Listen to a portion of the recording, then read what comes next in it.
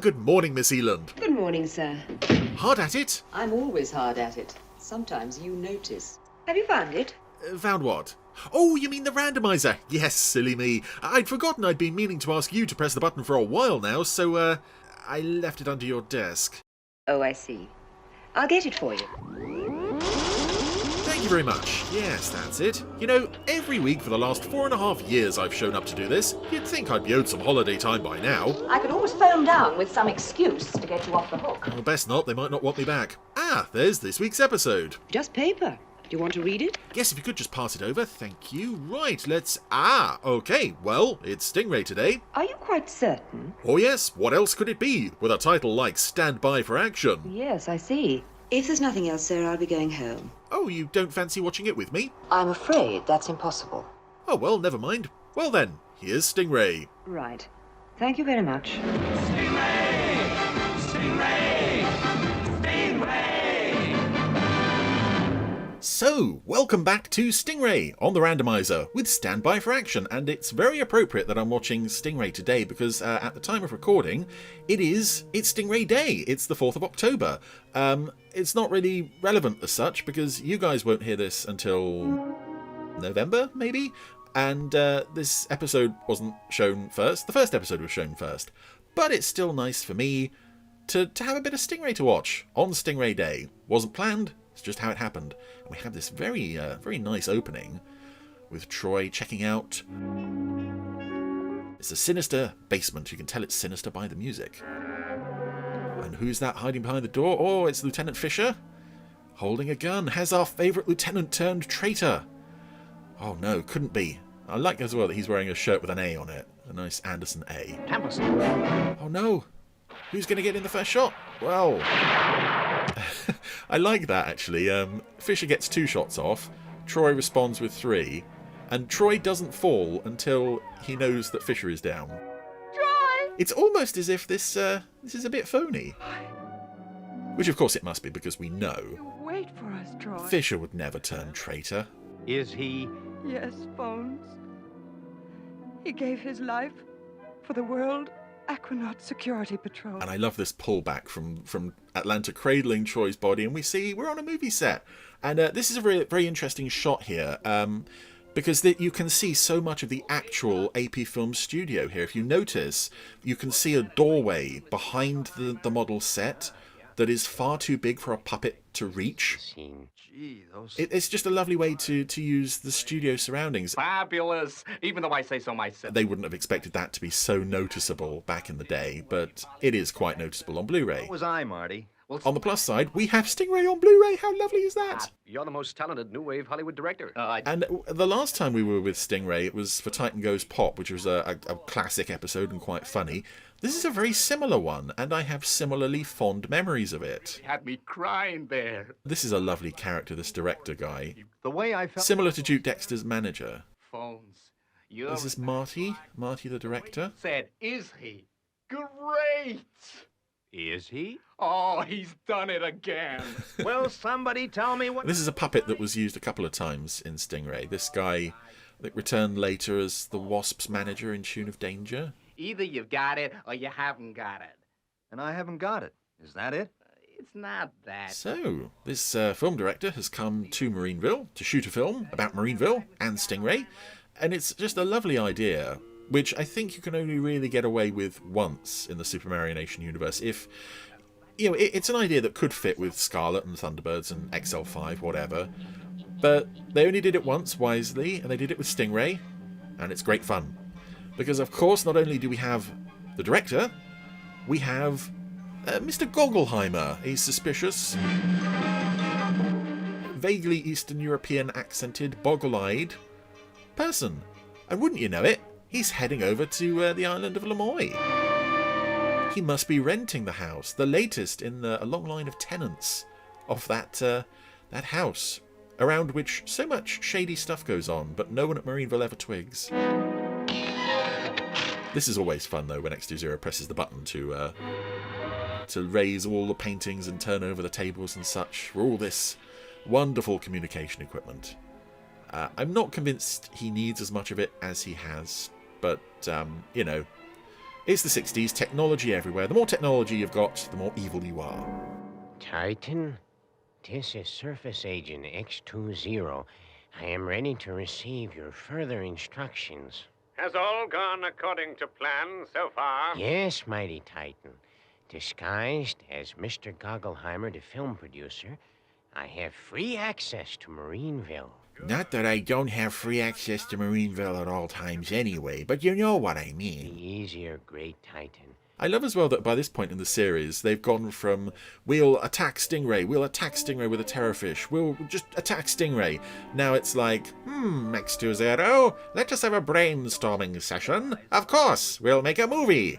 It's just lovely. It's lovely to see Titan and X20 get a bit more inventive and creative with their plans. Make a movie about Stingray, and I'm not even gonna be in it. Someone's feelings have been hurt. Come in. iPhones, grab yourself a drink. Would you like to hear me say, is he? Aww. Phones is happy with himself. 300 times already. Don't tell me. I like as well that out of all of the four main characters that we just saw acting there, Troy by far seems the best suited. Atlanta and Phones don't seem particularly gifted in the acting department. Swoonara! Oh, there's that name. Swooner! There's that music. There's the sound effects. As Atlanta and Marina pass out. Marina's having trouble with one of her eyes there. She only half passed out. Say, You said Johnny Swoonara. Oh. What happened? shucks. I just said Johnny Swoonara and you passed out. Oh, she's gone again. Marina didn't even recover. And who have they cast as Johnny Swoonara? Gee, what's it gonna be like when he gets here? Well, we need a puppet who looks like he could be a heroic leading man. I love all this. All this confetti and such being thrown around Marineville as he arrives, the great Johnny Swoonara, played by Steve Zodiac from Fireball XL5, now sporting black hair. They love me! They love me! And again, we have a very simple shot of a puppet with back projected model shots with a huge Welcome Johnny Swoonara banner across the path to the tower. Personally, But it's very effective stuff. childish in my whole life. Do I look It's almost as bad as that time we had that pop star here. It's a very similar episode, actually. very pretty? Oh, and I like Atlanta and Marina's sort of... Well, You know, it's a bit stereotypical, their reaction to the guy, but I like Atlanta supporting Marina, saying, oh, yes, you look lovely too. Oh, dear. Johnny. say, You know, as a kid... Oh, yes. I never noticed that this was Steve Zodiac, and I had XL5 on VHS. It wasn't until the DVDs came out that I realised, oh, right. Hello, girl. It's just, I don't know, I guess the different voice, the fact that you're seeing him in colour. It's just so nice that they reuse the puppet in this way. you see what I mean, Troy? Because, of course, you know, certain XL5 human characters looked a bit terrible. Some Stingray human characters look a bit terrible. But because Steve Zodiac had to look as heroic as possible, they put everything into him, and it's still... He's still a character that fits the Stingray world, which is nice, because we've seen several XL5 characters as extras in Stingray. Commander, Zero, and Matic. I think maybe Lieutenant 90 as well. Fish from Titanica is approaching Marineville, sir. Here we are in the studio watching our rushes with everyone in their familiar places except for PWOR. Johnny Swoonara at the controls of Stingray playing Troy Tempest. Because the real Troy Tempest isn't heroic enough. I also really like that PWOR as he just struggles with the 1,700 yards. with the letters there. 1,500. 1,500. Oh, it's all exciting stuff. It looks very similar to a typical episode of Stingray. 1,000. Not too close, Troy. Don't worry about me, Atlanta. And this is another great Ray Barrett guest performance. Last time in Titan Goes Pop we had the very sort of hapless Duke Dexter for whom things just seem to happen. And now we have Air sting missile. someone who's, you know, he's a celebrity, but he's a different kind of celebrity, and he's far more he's far more smug and self-satisfied, I think, than Duke Dexter was. Yeah. a great picture.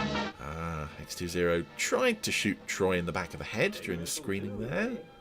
Didn't quite get away with it. Fire! I'm not sure how he thought he might, considering he's at the back of the studio, and once having shot Troy, he would then have to climb over Lieutenant Fisher to get out of the building. But hey-ho, there'll be other chances.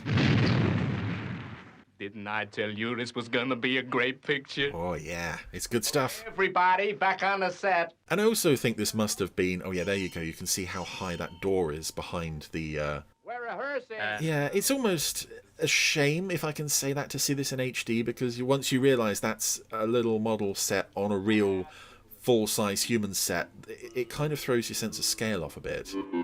But it's just lovely to see the AP Films team, having had this experience in the film world, to create a story around it. Oh, pardon me. Oh, and everyone's involved except Troy. I'd like you to see this, Mr. Goggleheimer. Where's he gone now? Mr. Goggleheimer. Say, where is he? He was behind me a minute ago. In fact, he seems to be behind me a lot, normally with a gun or a knife. Oh yes, he's got a knife. Working on a rope that seems to be holding up the lights over Troy's head. Luckily for him, Atlanta's on the case. Troy! And Troy just manages to get out of there, but the puppet does take quite a knock. Atlanta, is he... And I love that we go into the advert break in much the same way as their little scene from earlier. It's just nice. And it's, again, with, as I said, with Titan Goes Pop, everything that happens feels very believable and credible within this slightly outlandish situation that we wouldn't normally see our heroes in. Wasn't an accident? This rope has been cut. Oh no. Goggleheimer was standing there. Where's he gone? Let's go. Where? You coming, Marina? Atlanta? No, Troy, we'd better stay with Johnny. He was kind of shaken up. Oh dear, poor Johnny. He's got his head in his hands. Oh, and here we are. Oh, again another connection to Titan Goes Pop. X20's hovercar is taking off from the same point we saw a helicopter land last time, with the shot of the Black Rock lab from Supercar behind it. Johnny's going to be okay, folks. He's going to be okay. Atlanta and Marina are looking after him. I'd love to know where there's some Out to sea, Troy. Yeah. footage of an actual real beach behind Troy and Phones here. I'd like to know where that is. I suspect that's sort of lost to time. Almost look like there's a sort of wind farm or something going on behind them. He's gone on to the island. Good. We'll catch him now. Because nobody lives on that island, Phones. We never have any problems without it. We should just install a bridge to that island, Phones. We seem to have lost him. Well, let's try that way. It's also strange to see cars just floating across the surface of the water in this show. Also, I don't think Troy's holding the steering wheel there. I don't think the steering wheel was connected to anything, because it seemed to be sort of drifting all over the place.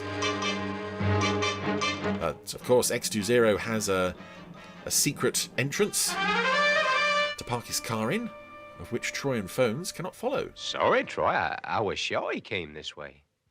Well, the only place he could have been making for is that old house. Which we've never been to before. Try there. Although I suppose, yeah, would this be the first time Troy and Phones actually visit Lemoy? I know they were back for Titan Goes Pop, and Phones was back for an Echo of Danger. This might actually be the first time Troy and Phones visit the island. In that case, I can cut them a bit of slack. But not in episodes made after this. It's all a bit ridiculous that no one ever twigs. Still. I also love all this bric-a-brac that X20's got in his little makeup room. He's got a sombrero in there. When was he going to use that? Oh, welcome, amigo. I am Gonzalez. I'm renting the villa today. Oh, yes, he's made himself up as an old man. He's got to put everything back first. Hide all those little bits of gear.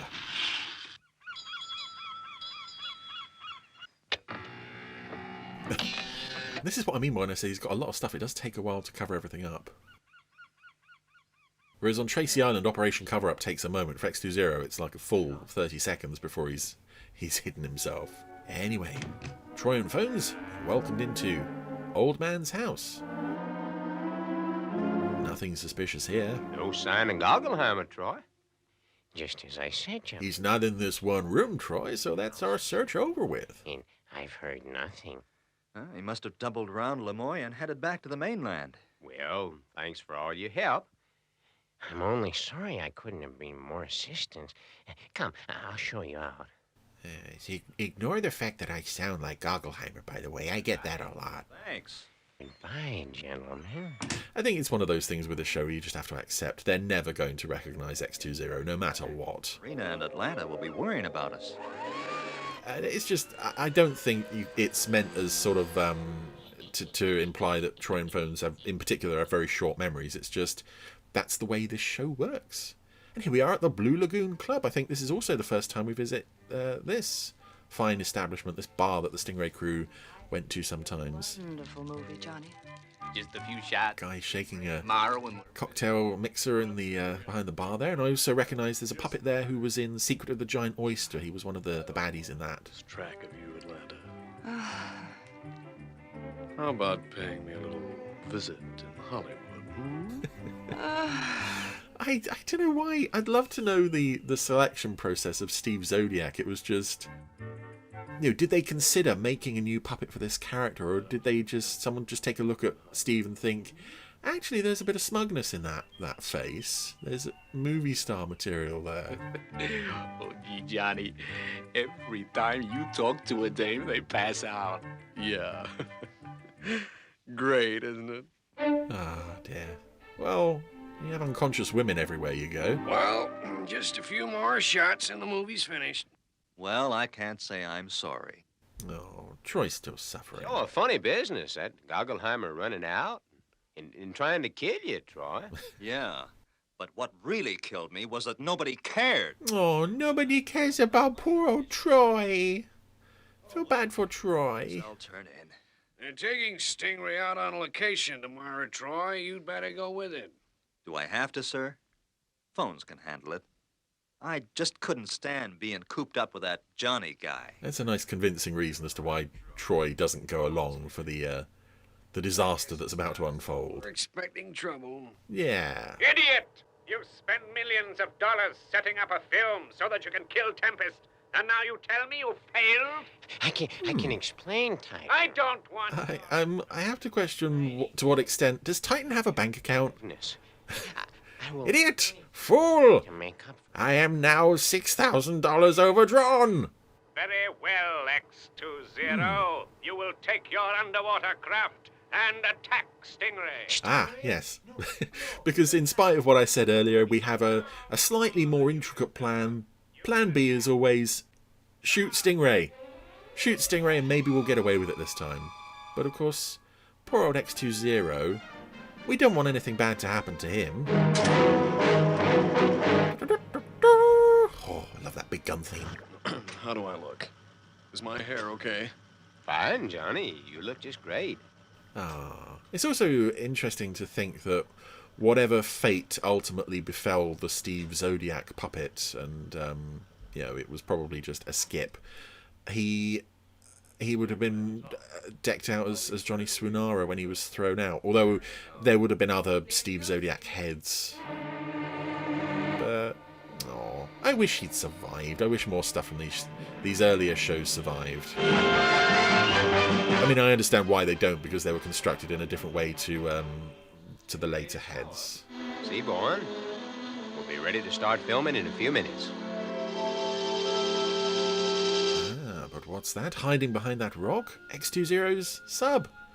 Curiously undetected by phones there. He's letting the side down there, but I guess if he's looking forward to saying his big, is he? line again. Stingray without Troy Tempest aboard will be a sitting target. Because I've never been thwarted by phones or Mariner, ever. A little closer. Although he does have a point. Okay, Johnny. I'm starting the remote film cameras. We'll get some great shots of you. Yes, he does. I mean, he does look a bit more conventional leading man than perhaps Troy does. I don't know if, again, that's the show sort of commenting on the fact that they've, with Troy, they've created a character that certain people have commented is a bit, for lack of a better word, camp. Okay, Johnny. But it's just fun to see someone else pretending to be Troy. And of course nobody can match the original. Oh, Stingray's hit. Yes, because of course at moments like this we find out that it's not just looks. Tower from... It's character and determination and resolve that get you through the day. I'll take it, Atlanta. And Troy's got that in just bucketfuls. Hold it. The control gear's smashed. Marina's operating the pumps. Get Johnny to help you. Uh-oh. He can't. He's gone to pieces. I don't have to put up with this. It's not in my contract. Stay with it, Phones. Again, the show taking on a slightly satirical edge here with the way they treat Johnny from this point on. Because, you know, when you're in a crisis, somebody being a big movie star is not really going to help you. Stingray is out of control.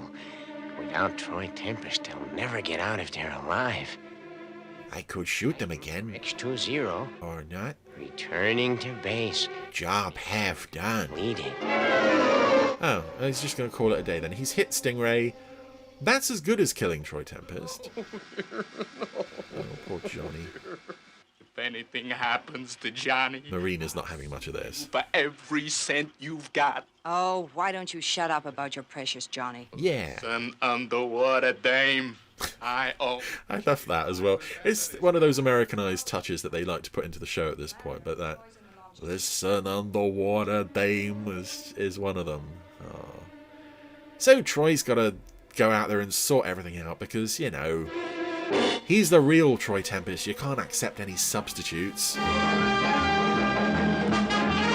But, yeah, he's going out by, Troy's on these his... are the sea bugs, aren't they? You better be quick. I can't hold him much longer.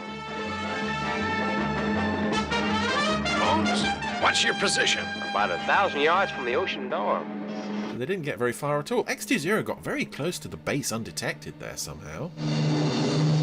Open the airlock. Troy will be with you any minute now. Yep, there he is. He made it. Wasn't very far after all. He's done it, Father. Troy's made it. Yay. Johnny, you made it. The name's Troy. Yeah, Captain Troy Tempest. the one and only. Self together. Switch to dynamic But stable. here comes a great line. Check trim. That's not it. 2 degrees left. Neither's I that. want to go back to making westerns. Oh, I love that. I love that line. It's just so... And I do wonder if that's a nod to Fall Feather Falls, which obviously, you know, the puppet wasn't involved in, but it's just... It's fun either way. That this wonderful... heroic leading man has been brought low by the fact that a heroic leading man generally isn't much use in real life. But gosh darn it, Troy Tempest is. He's gonna save the day. Well, girls, the movie's finished. That oyster guy is still hanging around the bar. Oh, we're busy, aren't we, Marina? Sorry, lover boy. Because Atlanta and Marina have discovered Shall we go?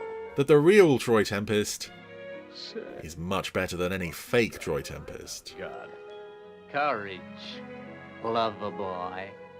Just courage. That is quite an image. Troy Tempest. Troy with Marina on one arm and Atlanta on the other. And he does look quite pleased with himself, as well he might.